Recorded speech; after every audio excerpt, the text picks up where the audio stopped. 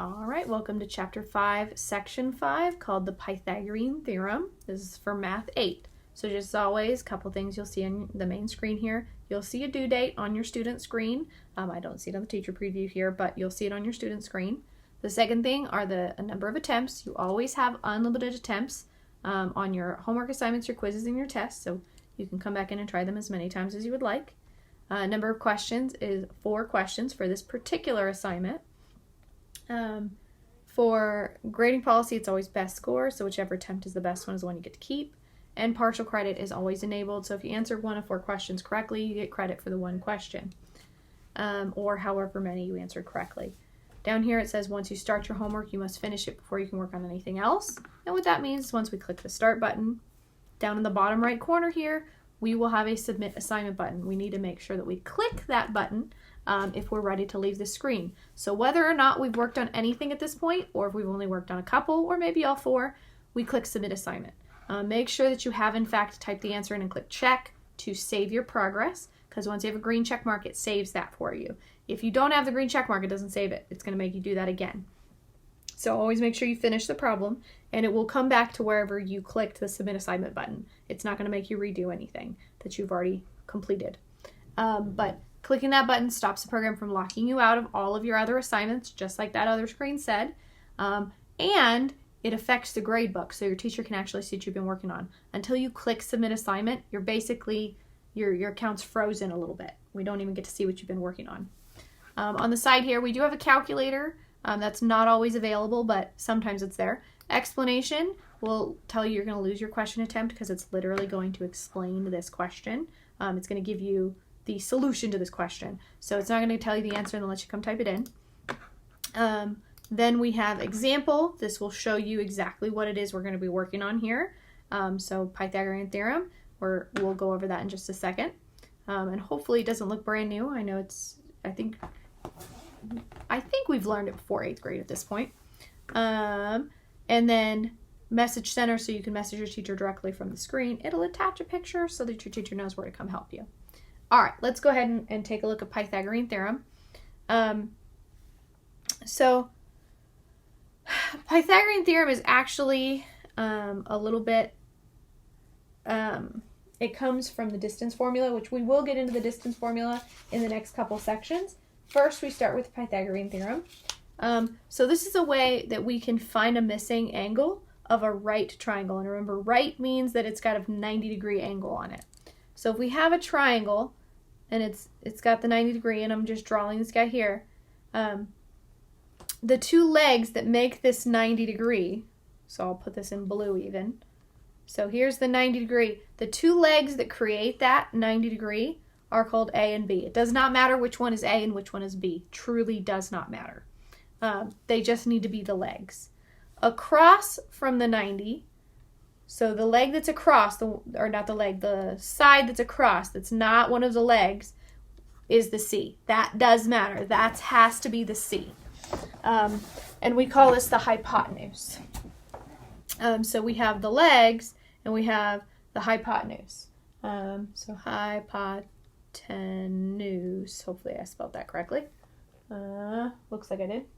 And then we have the legs here. So we have leg A and leg B. And the Pythagorean theorem says that if we have a right triangle, then A squared plus B squared equals C squared. So again, hopefully that sounds somewhat familiar to you. I know when I get to the high schoolers, this definitely should sound familiar. But for 8th grade, I can't remember right off the top of my head if this is the first time we're seeing Pythagorean theorem or if it's something that we've seen in the past. Sorry, my math knowledge gets a little bit shaky when I go below the 8th grade because I don't fully know exactly when things are introduced at a lower grade level.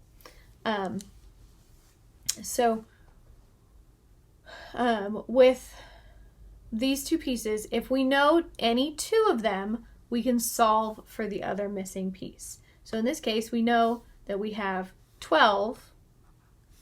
So we have 12 and we have 16 on this one. And I'm going to erase these just so I can, keep this diagram here.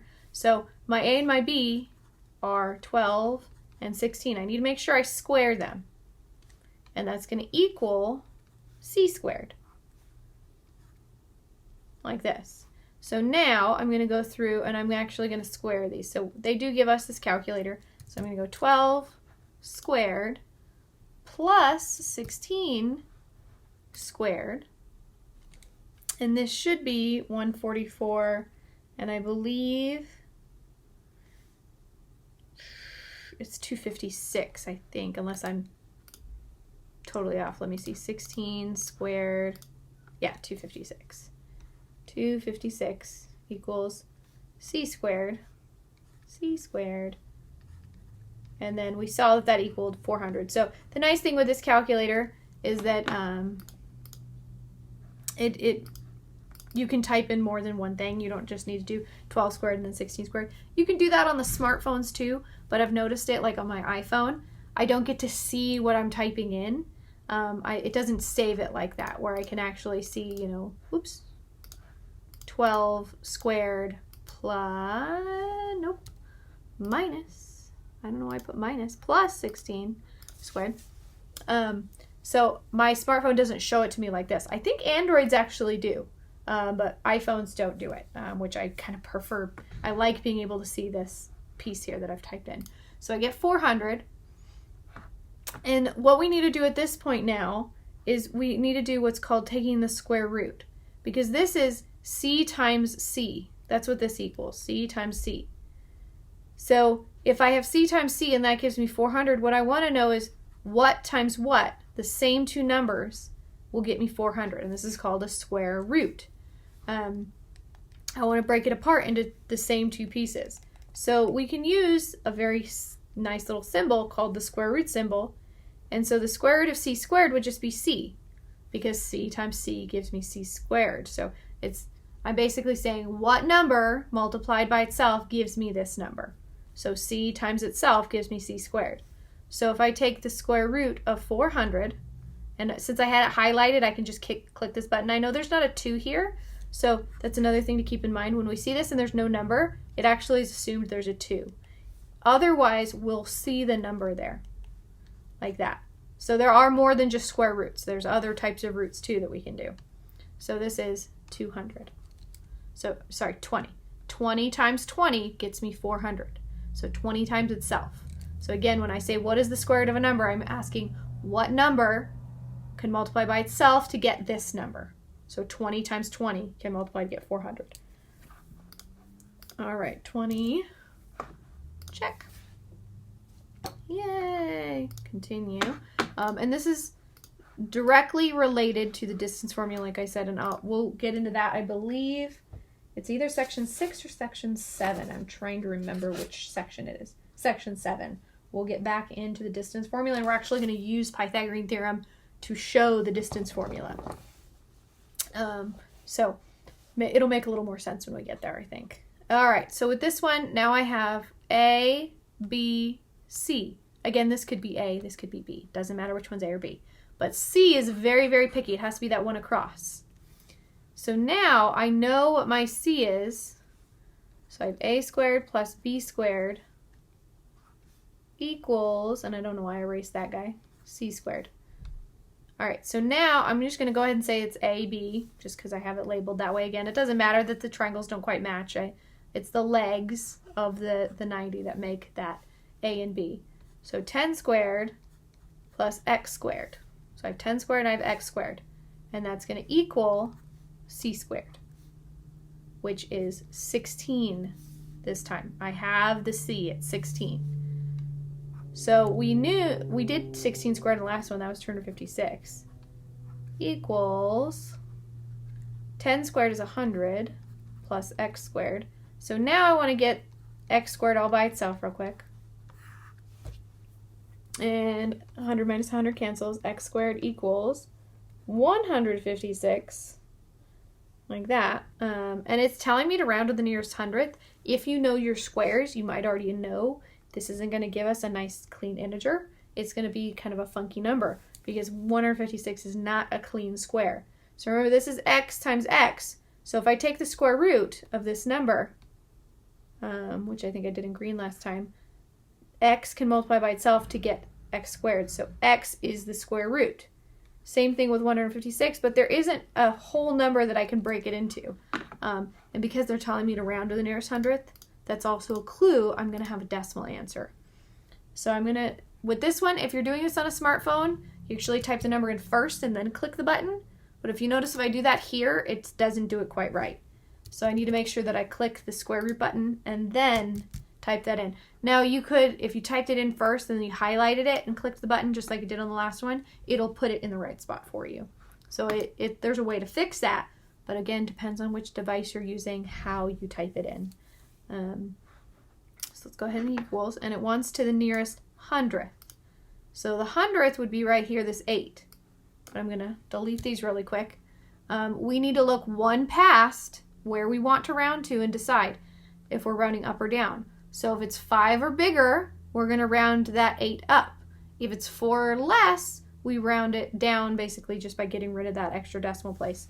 Well, since it is 5 or bigger, this is going to round to a 9 like that. So it's going to be 2 or 12.49. Check.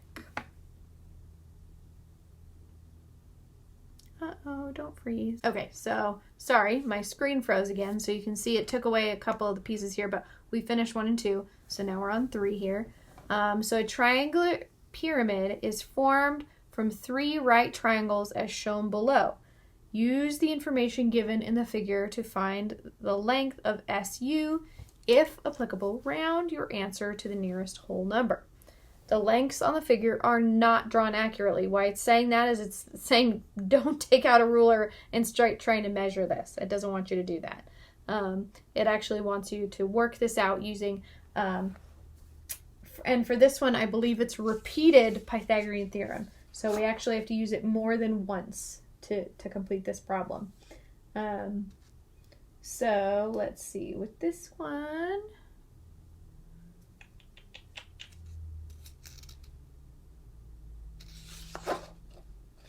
Interesting. It's a slightly different one than we did on the notes page, but it's still very similar. So with this one, it's showing you that we have this triangle. And what it's not showing you a triangular pyramid like what we have on the screen there. But what it's showing you is we have a small triangle here, which we can see in yellow. And then we also have the whole large triangle, which they highlighted the whole thing yellow.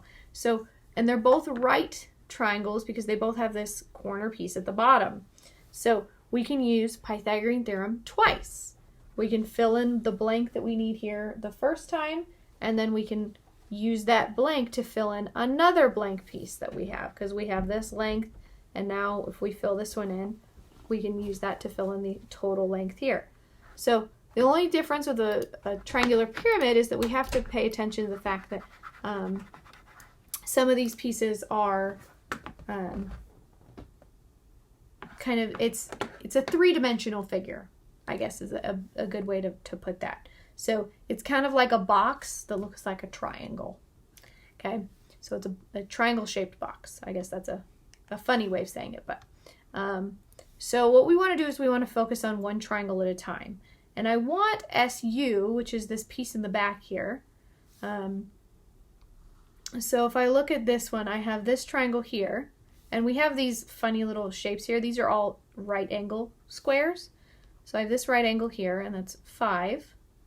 And this is R, S, U.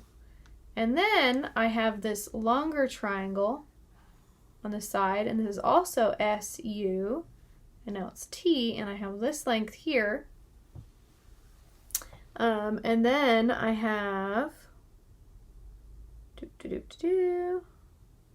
let's see, we'll go with this color here. And then I have the bottom triangle, like this, and that's 13, and that's R, T, U. So I just kind of pulled them apart. There's actually a fourth triangle.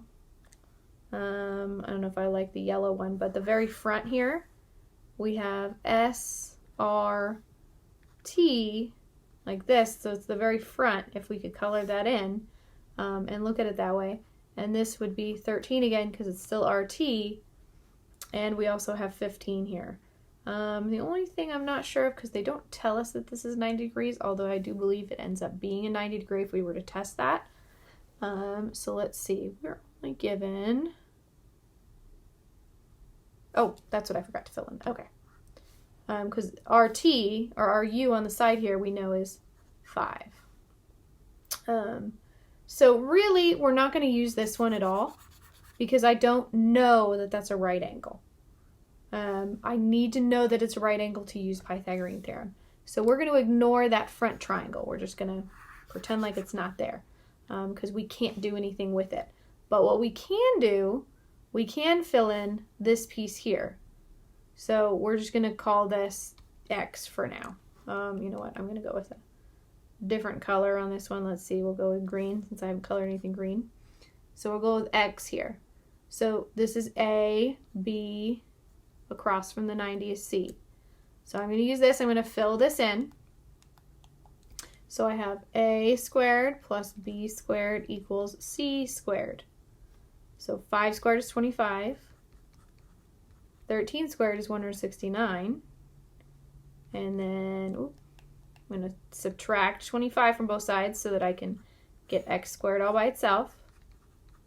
So I end up with 4, 4, 1. Ooh, and we did this one earlier if you remember. So with this, and you can go square root of 144. If you don't know, 4. Clicking the wrong ones. If you don't know that right off the top of your head, you can definitely use a calculator to do that. You could also have a list of squares off to the side. That sometimes makes it easier. So if I take the square root of that, x equals 12. So this piece is 12. So that's ut. So anywhere where I see ut, I can go back and fill that in. So now, remember, this is the piece we're looking for. I drew both of these because it just depends on which one we were able to fill in here. So we're actually not going to look at this one either. We're going to focus on this. Once we've solved this triangle, we'll have our answer there. So let's go with light blue, I guess. So now we have, and I forgot to put the square in here. This is where the square is there. So we have A, B, C. So I have, and I'm just going to say SU squared. Why not? I'll just label it that way since I know that's what I want. Plus 12 squared equals 15 squared. A, B, C. So A squared plus B squared equals C squared. SU squared plus 144. We just did that, right? 144. 12 squared is 144. And then 15 squared. Let's see, I'm trying to remember that one off the top of my head here. 15 squared is 225. Now I'm going to subtract 144 from both of these. So SU squared equals minus 144, 81. If I take the square root, SU equals 9. I know that the square root of 81 is 9. If you don't know that, definitely you can use the calculator just to kind of help us get there. So SU, they told us if applicable, round your answer. That means maybe we won't have to round our answer. In this case, I did not need to. The answer is 9. I didn't have to do any rounding for that. All right, let's try one more of these. Determine whether a triangle with a given side length is a right triangle. All right, so this one has to do with another rule when we're looking at these ones. So any two sides of a triangle have to be smaller than, or equal to, the third side when I square them. So we're just going to use Pythagorean theorem again to look at this piece. So if I have, and it's the two small sides, you're not going to do the large side plus the small side. The legs are always smaller than the hypotenuse. I don't know if I said that at the beginning, but that's true. The hypotenuse is always the biggest side. So we're just going to test. If I square the two small sides, do they equal the large side squared? So I just want to go through and test that and say 12 squared. Oops, why is it not typing? It's like too many wires here getting in my way. 12 squared plus 15 squared equals, we get 369. 20 squared, we did this earlier, that's 400. If you didn't remember, you could always go 20, whoops, nuts, darn it. Hitting the wrong buttons here. Back, squared. So that's 400. So they do not equal each other. So this would be not a right triangle. So far when I've done these, I have not clicked on not enough information, because as long as they give you 3 lengths, you have enough information to at least test this. All right, so for the next one, it's 9 and 12. So we have 9 squared plus 12 squared equals 225. So as long as 15 squared is 225, which it is, then they are equal. That means that it's a right triangle.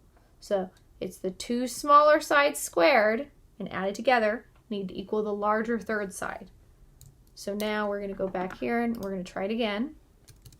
15 squared plus 36 squared. And that gives me 1,521, yeah, I was saying that right. And we're saying, does that equal 39 squared? Oh, look at that, it does. So yay, those are also right triangles.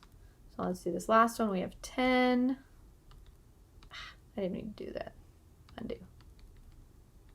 I don't know how to clear the memory. That's all right. 10 squared plus 12 squared. So we get 244 equals, if you remember 16 squared, it's not 244. It's 256, I believe. Clear one. Oh my goodness. I can't seem to hit the right buttons here. There we go. Yep, 256. So again, that does not equal each other. So that would be not a right triangle. So this one we're just checking, does it in fact work when I use Pythagorean theorem? And again, make sure it's the 2 small sides, A and B are the smaller sides, the legs, and it's squared equal to the larger side, which is C, or the hypotenuse. All right, that was section 5. I will see you in section 6.